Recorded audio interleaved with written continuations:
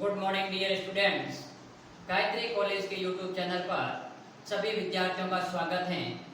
आज के क्लास में हम बीएससी फाइनल ईयर मैथमेटिक्स के पेपर कॉम्प्लेक्स एनालिसिस के टॉपिक पावर सीरीज के रीजन ऑफ कन्वर्जेंस को लेकर बात करेंगे। कल के लेक्चर में भी अपन ने पावर सीरीज के रीजन ऑफ कन्वर्जेंस को लेकर डिस्कस किया था। आज भी अपन कुछ इस प्रकार के क्वेश्चन लेंगे जिसका अपन region of convergence find out करेंगे। तो देखिए क्वेश्चन लिखा हुआ है, find region of convergence and discuss the behaviour of the series on the boundary of circle of convergence. अर्थात ये जो सीरीज है वो जिस सर्कल के बाउंड्री पर कन्वर्जेंट कर रही है वो उसके आउटसाइड द रीजन आ रहा है या इनसाइड आ रहा है, और उसकी रेडियस क्या है और उसके सेंटर क्या है उसको आपको बताना है। उसके बिहेवियर अर्थात व्यवहार के बारे में अपन को थोड़ा डिस्कस करना है। तो देखिए सबसे पहले अपन क्वेश्चन नंबर लेते हैं फर्स्ट। क्वेश्चन नंबर फर्स्ट लिखा हुआ है, मैं लिख लेता हूं, if the series is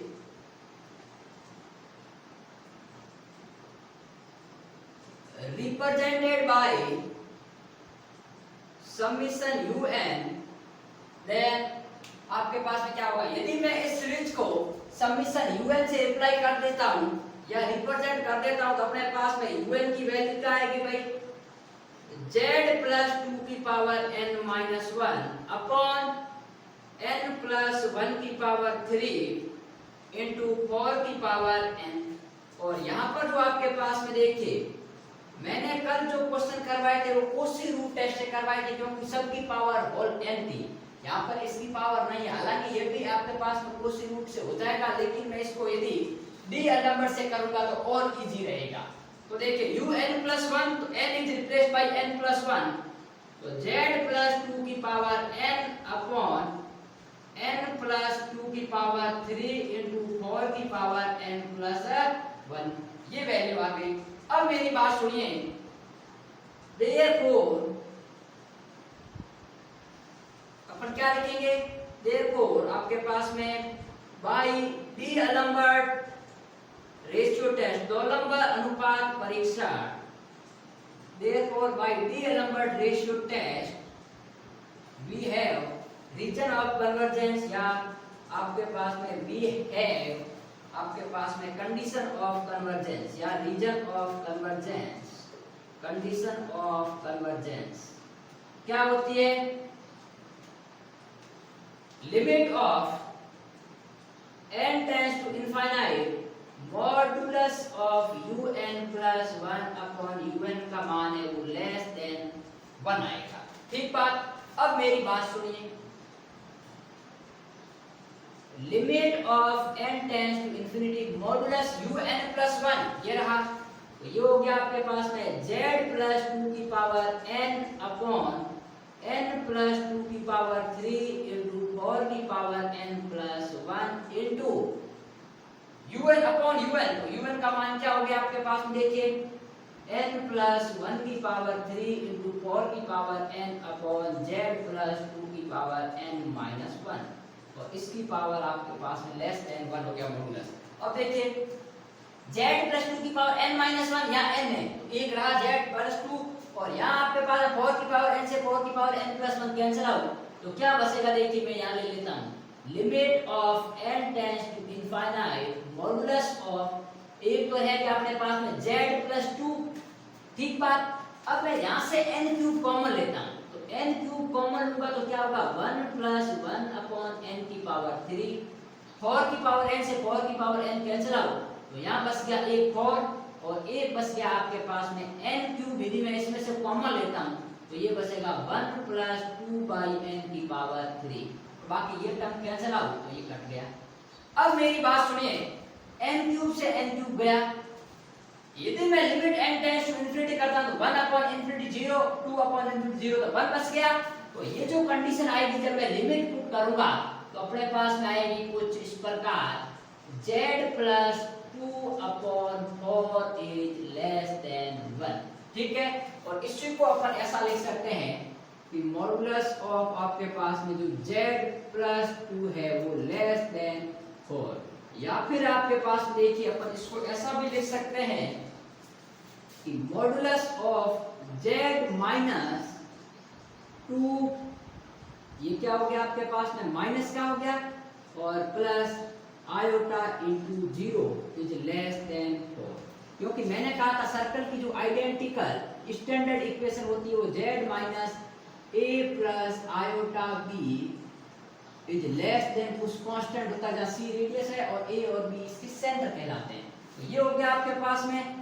then फिर आपके पास में क्या हो गया, equation of circle, equation of circle whose radius is 4 and center is आपके पास में क्या हो गया, देखिए -2,0। अब मैं इसका बिहेवियर बताता हूं। ये तो सर्कल की इक्वेशन हो गई, बिहेवियर क्या होगा देखिए। अपन यदि इसको ड्रॉ करें तो ये आपके पास में एक कोई सर्कल है, ठीक बात। अब इस सर्कल के अंतर्गत ये इसकी रेडियस आपके पास में 4 है और इसका सेंटर है वो है -2,0। अब मैं z की कोई भी वैल्यू रखूंगा तो इसका जो मान आएगा वो 4 से हमेशा छोटा आएगा, और ये आपके पास में 4 वाली बाउंड्री है तो इसके अंदर वाला रीजन आपके पास में आ रहा है, ठीक बात। तो मतलब ये सर्कल के इनसाइड कन्वर्जेंस है, तो ये इसका बिहेवियर हो जाएगा। देखिए ज्योमेट्रिकली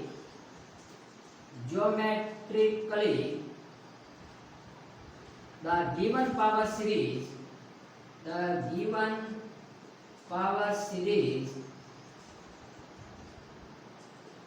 is convergence.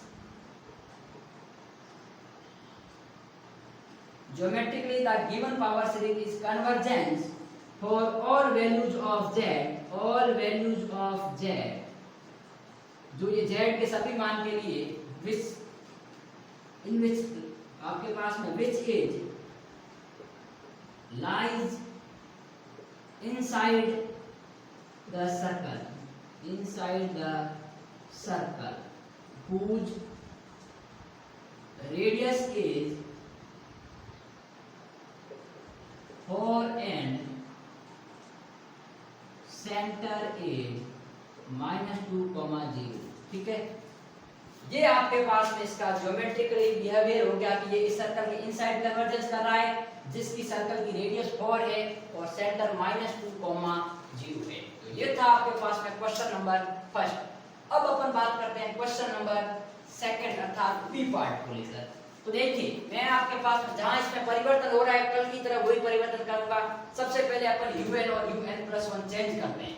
पहले एक बार इसका चाहो तो आप स्क्रीनशॉट ले सकते हो।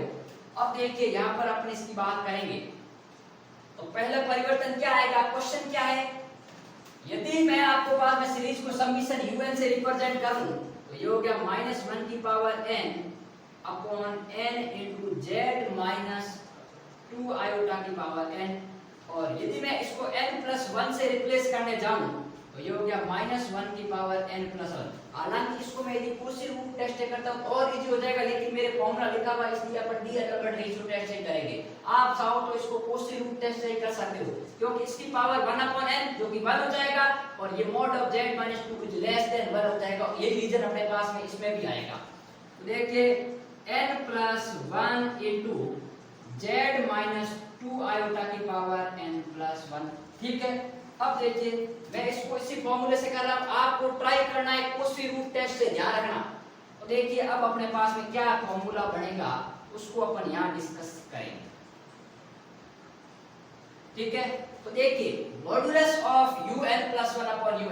तो देखिए फटाफट अपन करते हैं ताकि अपना टाइम वेस्ट कम हो। ये वैल्यू आ गई आपके पास में n+1 इनटू आपके पास में देखिए यहां आ गई z - 2 आयोटा की पावर n+1। ठीक बात, अपॉन un।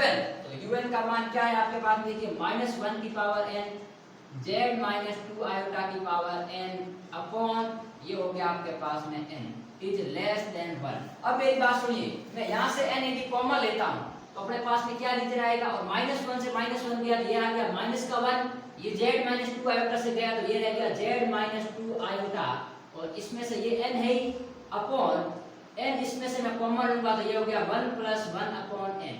ठीक है, वो आपके पास में लेस देन 1 आ गया। n से n कैंसिल आउट और मॉडुलस हटाऊंगा तो माइनस गया और n टेंड्स टू इंफिनिटी रखूंगा तो 1 अपॉन इंफिनिटी 0। तो ये अपने पास में रीजन आ जाएगा, देखिए mod of z minus 2 iota is less than 1। ठीक है, बाकी आपके पास में कोई टर्म नहीं बच रहा है तो अपन इसको यहाँ पर थोड़ा चेंजेस कर देते हैं ताकि अपना क्वेश्चन इजी हो जाए।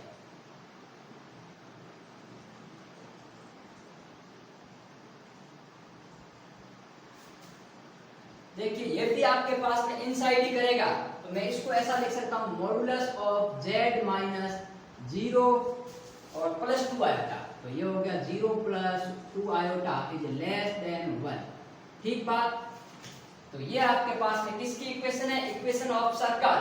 यहां से मैं हटा देता हूं, whose radius is 1 and center is 0,2। ठीक बात, ज्योमेट्रिकली कैसे बनेगा, देखिए ये आपके पास में एक सर्कल है जिसकी रेडियस आपके पास में 1 है और सेंटर है 0,2 और z की कोई भी वैल्यू रखूंगा जिसका मान 1 से छोटा आएगा, मतलब इसके अंदर वाला रीजन आपके पास में आ रहा है। इस रीजन के अंतर्गत z के सभी मान के लिए geometrically the given series is convergent for all values of z, z के सभी मान के लिए ये है वो इस रीजन के अंतर्गत अर्थात 1 रेडियस का जो सर्कल है इस रेडियस के अंतर्गत ये आपके पास में z के सभी मानों के लिए कन्वर्जेंट होगी, whose radius is 1 and center is 0,2। ठीक बात, तो ये था आपके पास में क्वेश्चन डी जो कि बड़ा इजी क्वेश्चन था। अब अपन बात करेंगे क्वेश्चन नंबर सी पार्ट को लेकर। ठीक है, तो अभी अपन यहीं से सॉल्व कर लेते हैं, उसको भी देखिए कैसे सॉल्व होता है।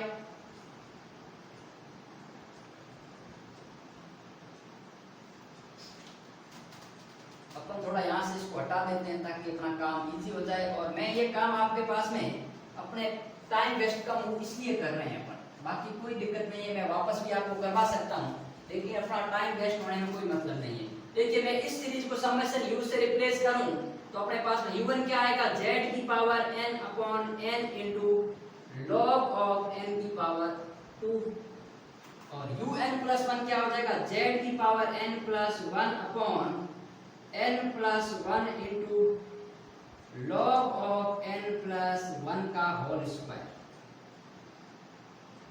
ठीक बात, अब मैं देखिए बाइलिनियर नंबर रेशियो टेस्ट लगाऊंगा तो अपने पास में क्या आ जाएगा, मॉड ऑफ z की power n plus 1 upon n plus 1 into log of n plus 1 का होल स्क्वायर इंटू z की power n upon n into log of n का whole square is less than 1। यही तो बात हुई।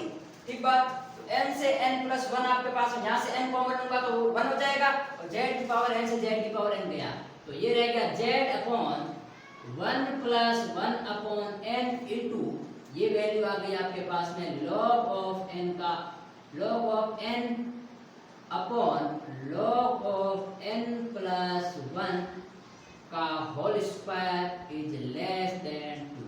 अब मेरे पास में जब मैं limit n tend to infinity इसका मान तो 1 हो जाएगा, लेकिन ये इंफिनिटी बाय इंफिनिटी फॉर्म बढ़ेगी तो इसको मैंने रिमूव करना आपको एक पहले जब रीजन रेडियस ऑफ कन्वर्जेंस बताया तब बताया था कि इसको मैं डिफरेंशिएट कर सकता हूं ऊपर और नीचे, तो एक बात तो वो वैल्यू 1 आ जाएगी। दूसरा तरीका मैं आज आपको और बताने जा रहा हूं। ठीक है, तो देखिए आपके पास में इसकी क्या वैल्यू आएगी, यहाँ पर अपन बात करेंगे तो जब भी आपके पास में देखिए अपन इसको ऊपर नीचे डिफरेंशिएट करेंगे तो क्या वैल्यू आती है, ये आपके पास में limit of n tends to infinity modulus of z। ठीक है, और यहाँ पर आपके पास में क्या रह गया, ये 1 आ जाएगा और कुछ नहीं आएगा आपके पास में मॉड ऑफ z है वो लेस देन क्या आ जाएगा, 1 आ जाएगा। तो अपने पास जो कंडीशन आएगी वो आपके पास में mod of z minus 0 plus iota 0 is less than 1। तो ये आपके पास में equation of circle whose radius is 1 and center is 0,0। ठीक बात, तो यही आपके पास में सर्कल की इक्वेशन आएगी। ये आपके पास में एक सर्कल है जिसकी रेडियस आपके पास में 1 है और सेंटर आपके पास में ओरिजिन पर है और इसी के अंतर्गत ये आपके पास में रीजन ऑफ कन्वर्जेंस के अंतर्गत ये कर रहा है इनसाइड, ठीक है। तो यहाँ पर ये परिवर्तन आ रहा है आपके पास में ये।